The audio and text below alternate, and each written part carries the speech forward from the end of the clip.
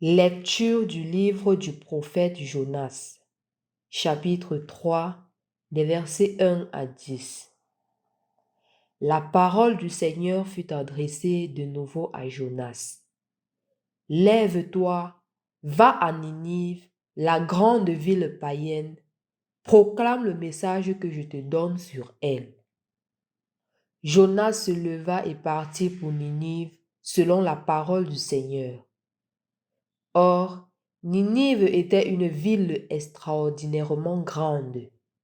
Il fallait 3 jours pour la traverser.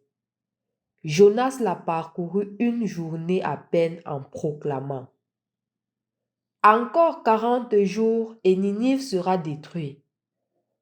Aussitôt, les gens de Ninive crurent en Dieu. Ils annoncèrent un jeûne et tous, du plus grand au plus petit, se vêtirent de toile à sac. La chose arriva jusqu'au roi de Ninive. Il se leva de son trône, quitta son manteau, se couvrit d'une toile à sac et s'assit sur la cendre. Puis il fit crier dans Ninive ce secret du roi et de ses grands. Hommes et bêtes, gros et petits bétail ne goûteront rien, ne mangeront pas et ne boiront pas. Hommes et bêtes, on se couvrira de toile à sac, on criera vers Dieu de toute sa force. Chacun se détournera de sa conduite mauvaise et de ses actes de violence. Qui sait si Dieu ne se ravissera pas et ne se repentira pas, s'il ne reviendra pas de l'ardeur de sa colère, et alors nous ne périrons pas. En voyant leur réaction et comment ils se détournaient de leur conduite mauvaise, Dieu renonça au châtiment dont il les avait menacés. Au nom du Père et du Fils et du Saint-Esprit. Amen. Loué soit Jésus-Christ. Nous continuons avec le livre de Jonas que nous avions débuté hier. Et comme nous l'avions constaté, le Seigneur a adressé un appel à Jonas hier. Mais Jonas a refusé. Au lieu de partir à Ninive, il est parti à Tarsis. Aujourd'hui, le Seigneur lui réadresse ce même appel: va à Ninive, accomplis ta mission. Comme pour dire que le Seigneur veut toujours nous utiliser comme instrument de son amour, instrument de sa miséricorde. Et quand le Seigneur nous envoie en mission, ce n'est pas d'abord notre action. Le Seigneur nous précède même dans cette mission-là. Et c'est ainsi qu'on voit dans l'évangile d'aujourd'hui que lorsque notre frère Jonas arrive et qu'il commence à annoncer justement ce que le Seigneur lui a dit: dans 3 jours, Ninive sera détruite. À peine il a fini une demi-journée, les gens se sont convertis jusqu'au roi. Parce que le Seigneur précède l'action. Le Seigneur précède nos mouvements. Tout appel à la mission que le Seigneur t'adresse ou le Seigneur m'adresse, il nous précède dans cette action-là. Ce n'est pas que c'est de notre propre force, ce n'est pas de nos propres capacités que nous parvenons à faire l'impossible, non. C'est d'abord l'amour et la miséricorde de Dieu qui précèdent le chemin.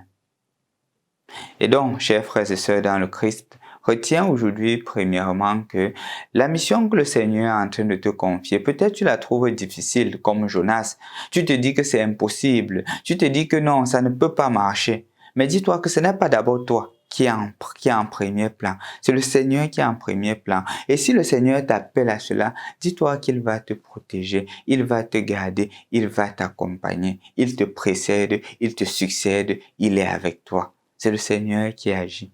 Et c'est ce qu'il a fait à travers Jonas, au point où le roi est capable de se convertir. Au point où le roi est capable de dire: jeûnons, prenons conscience, égarons-nous de notre conduite mauvaise. Qui sait si le Seigneur reviendra de sa colère et nous accordera son pardon. La deuxième chose à laquelle je t'appelle, c'est de faire aussi un examen de conscience pour ce mois de septembre qui s'est achevé et ce mois d'octobre qui commence. Demande-toi quelles sont les belles actions que le Seigneur t'a utilisées pour réaliser. Ce n'est pas ici question de montrer combien on a été meilleur, mais combien la miséricorde de Dieu nous a touchés et nous a transformés au point où nous avons agi selon la volonté de Dieu. Je t'invite à prendre un petit cahier, peut-être dans ton journal personnel, peut-être dans ton agenda, note les belles actions que le Seigneur t'a permis de réaliser à travers lui. Note-les et dis-lui merci. Parce que le Seigneur veut aussi travailler avec toi comme il veut travailler avec Jonas. Et justement, laisse-toi conduire par lui et rends-toi compte de combien le Seigneur t'aime. Le Seigneur veut faire de toi un autre missionnaire, spécialement en ce mois de mission. Note-les et dis au Seigneur merci.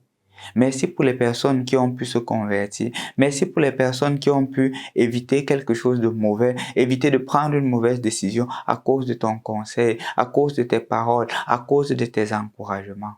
Parfois, le danger, c'est seulement de noter nos manquements. Non, notons aussi les bonnes choses que le Seigneur réalise à travers nous et par nous. Et tu verras que petit à petit, les merveilles du Seigneur se révéleront à toi.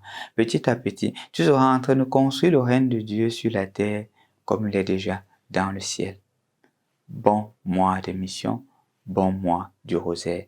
Demande à la Vierge Marie de t'accompagner, de te garder en continuant la prière du rosaire. Au nom du Père et du Fils et du Saint-Esprit. Amen.